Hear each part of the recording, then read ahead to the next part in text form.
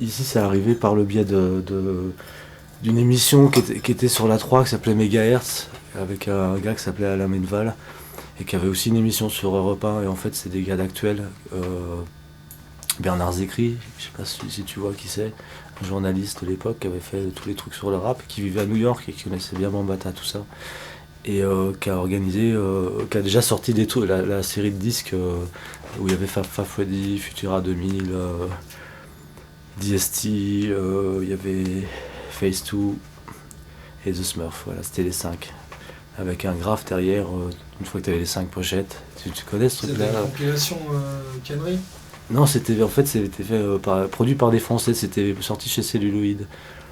Ça, c'est le premier disque qui est arrivé, tu dis? C'est le premier truc qui a permis de lancer après la tournée Africa Bambaataa, tout ça. Il y a eu un gros reportage sur l'émission de la 3, la Megahertz. Et ce truc-là, apparemment, c'était regardé parce qu'après, bon, tout le monde s'est mis à danser comme des fous. Et c'est comme si ça a été adopté direct. Voilà. Donc si, ah putain, ça nous est adressé à nous, quoi. C'est ça que j'ai eu l'impression que c'était clair que de New York, on se sentait vraiment en phase avec ce qui arrivait, quoi. Donc pour moi, le vrai début, il est là. Après, bon, il y avait du rap, il y a eu les Sugar Hill, tout ça, mais personne ne savait le rap faisait partie des 5 éléments du hip-hop, et ce qu'était le hip-hop, personne ne savait, même pas moi, tu vois. C'était en 82, c'était la danse, quoi, au début de... Ouais, la danse, ou alors du funk parlé, quoi, c'était plutôt ça.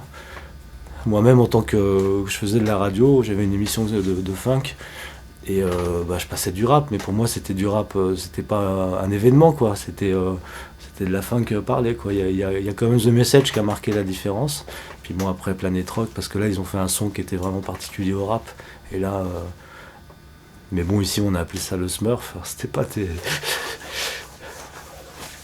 Et en fait, ça c'était en quelle année? 82. En 82. Ouais. Et après, les gens, tu dis, ils se sont mis à danser, et après, tu peux nous raconter un petit peu genre l'évolution du truc, quoi. Après, ce qui s'est passé, c'est qu'il y a eu, enfin vraiment en résumé, quoi. Bon, il y a eu l'émission de cinéma. Il y a eu plein de bordel, quoi, en fait. Ça c'est parti dans tous les sens.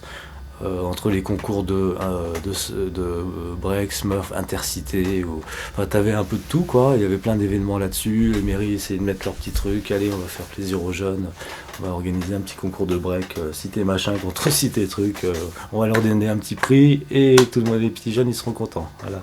C'était un peu ça, quoi. C'est devenu vite le truc de centre aéré pour... Et du coup, ça a un peu dégoûté, je crois que tout le monde, et puis après, il y a eu paf, un arrêt total.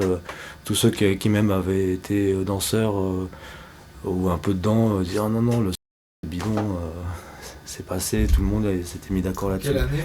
Ça, c'était 84, 86. Voilà. Enfin, pour moi, quoi, la traversée du désert, elle a été là. Enfin, la vraie. Ouais. 84, 86. Ouais, après, il y en a eu d'autres, mais bon. 2 ans. Ouais. 2 ans, et c'est revenu, en fait, par le biais de Run DMC, Walk This Way. C'est con, hein. Enfin, que c'est revenu pour le grand public, quoi. Ouais. Bon, sinon, entre-temps, nous, on était toujours restés là-dedans, il y avait le terrain vague, il y a toujours eu des choses, quoi. Mais bon, on était vraiment peu.